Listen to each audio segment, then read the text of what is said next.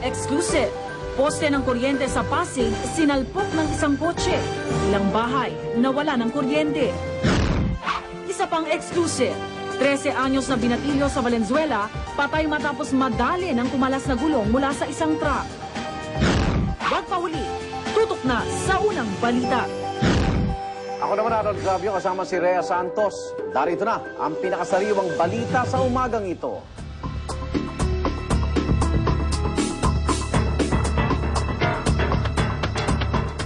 Munisipyo ng Ampatuan at Kapitolyo ng Maguindanao, pinapalibutan na ng militar at pulisya. Yan ang kinumpirma ni PNP Chief Police Director General Jesus Bersosa sa GMA News kani-kanina lamang. At ngayon secured na ng mga otoridad ng munisipyo at Kapitolyo, maaari na rin daw umpisahan ang investigasyon sa mga gusali para makakuha ng mga ebidensya kaugnay sa karumal-dumal na pagpatay sa Maguindanao. Target din daw nila matukoy ang mga KAFGU na kasamang humarang sa convoy ng media, abogado at taga-suporta ni Buluan Maguindanao Vice Mayor Ismael Magudadatu. At makibalita na tayo sa pinakuling sitwasyon sa Maguindanao. Narito po si Chino Gaston. Chino. Igan, tama ka dyan. Unti-unting tumataas ang tensyon dito sa kabisera ng Maguindanao, sa Sharif Agwak Town. Kayong nagkasisidatingan na ang nabibilang kong 5 karagdagang tangke ng militar na siyang pumasok na ngayon. Kakapasok lamang dito sa provincial capital ng Maguindanao kasama ang 3 truck na puno-puno ng mga sundalo ng Philippine Army. Sa ngayon, pinalayo muna tayo sa pwesto natin kanina sa bungad mismo ng bahay ni ARMM Governor Zaldi Ampatuan, at ayon sa isang opisyal ng militar na siyang nagpalayo sa amin doon, ay sinabi niya, wag muna kaming mambulabog, wag muna mambulabog ang media dahil nasa stage daw sila ng confidence building process sila ngayon sa mga angkan ng Ampatuan. Sa ngayon, tuloy-tuloy pa naman ang pagtawid ng mga commercial vehicles dito. Nakikita pa rin natin na bagamat napakaraming sundalong nakakalat sa daan at nakaposte dito sa mga pangunahing gusali ng provincial capital, maging ng munisipyo ng Sharif Agwak, ay tuloy naman ang buhay at ang mga tricycle nakikita nating dumadaan at ang mga taong nakangiti. Ngunit pansin ang napakaraming ang seguridad dito. Ngunit wala pa tayo masyado namamatang mga miyembro ng pulis at bagamat militar lahat ang nagsisecure ngayon dito sa lugar. At mabanggit lang natin na wala rin tayong masyadong nakikitang mga tauhan nitong angkan ng Ampatuan na dati-rati pag dumadaan tayo dito ay nakakalat lamang sa daan o nakaposte sa kanilang mga outpost at napakarami nila. So sa ngayon, hindi masyado at makikita lang natin ang napakaraming tropa ng militar. Arnold? Chino, ito ba'y bahagi ng imbitasyon sa mga Ampatuan? Imbitasyon sa kanila na makibahagi sa ginagawang investigasyon?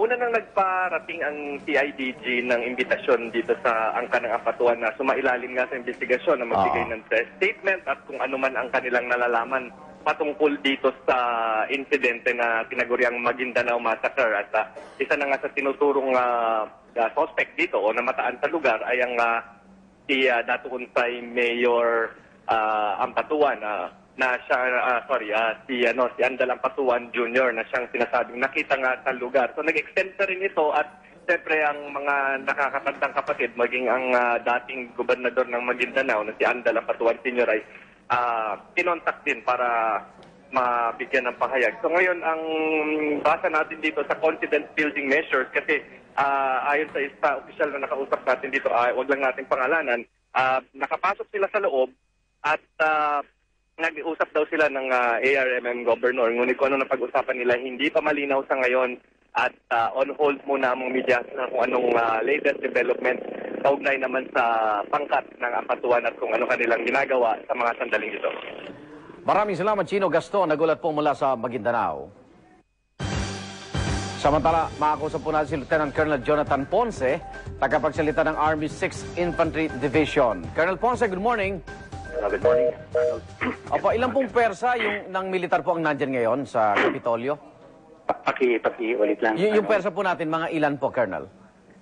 Yung atin, lahat yung sa military forces natin, nandiyan yung 64 5B. Opo. At Sa ngayon ay actually we take over the capital now. Tinake over. Ang termino ho, take over. Yes, na-take over natin yan.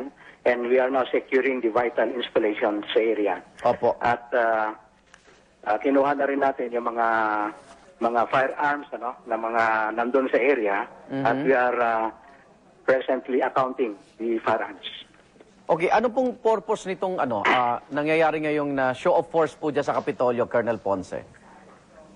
Siguro marahil ito ay dahil dito sa declaration natin of state of emergency. Emergency, opo. Yes, dito sa lalong-lalo na sa province ng Maguindanao, Sultan Kudarat and Cotabato City.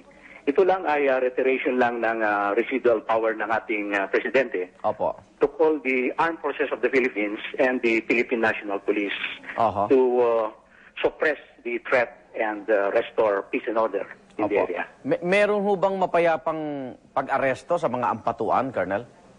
Ito ay yung action natin kasi lahat ng highways na ngayon, yung highway Opo. the army now is securing the highway at all the vital installations at lahat dito ay including the capital, Sharif Agwak Municipality and nearby municipalities.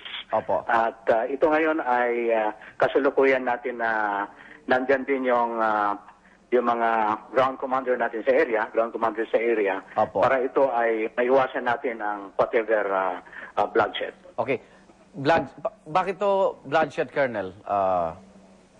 Sabi natin na bloodshed, iwasan natin hanggat maaari at pinagbibigyan natin sila kasi ngayon ay kasalukuyan natin na kinukuha yung mga firearms ng mga nandun na tao at iniwasan natin yan to prevent further bloodshed.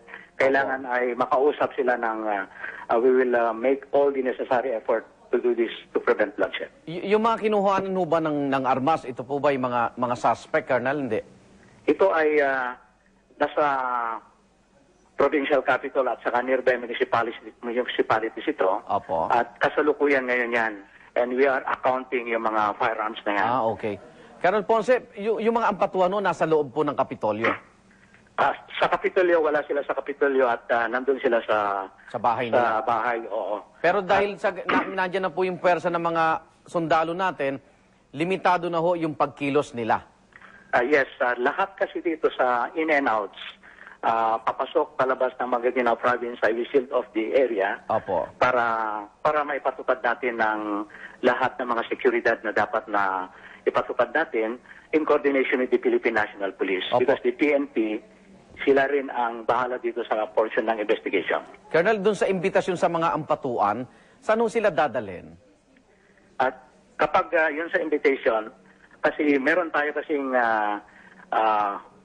yung committee, yung crisis committee. Opo. Saan siya nakabase? Pinangungunahan yan ni Secretary Dureza. Opo. Meron kasi doon na member ng DOJ, Department of Justice, at saka National Bureau of Investigation. Opo. Mayroon din yung Philippine National Police investigation portion. Kaya ito ay joint effort ito, yung committee na ito, na sila ang titingin dito. So, saan sila nakabase?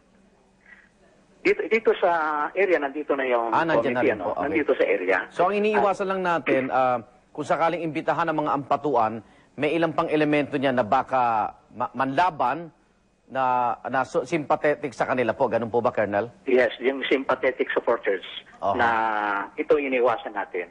Kaya nandyan po yung Philippine Army units natin sa area. At sa mga sandaling ito, parang may confidence building tayo sa mapayapa pong pag-turnover ng mga ampatuan sa imbitasyon na yan. Yes, yan ang ginagawa natin ngayon. Opo. At lahat kasi ng mga firearms na nandun ngayon ay ating ngayong kinukumpiska. Colonel, dadagdagan pa ho ba yung pwersa dyan? O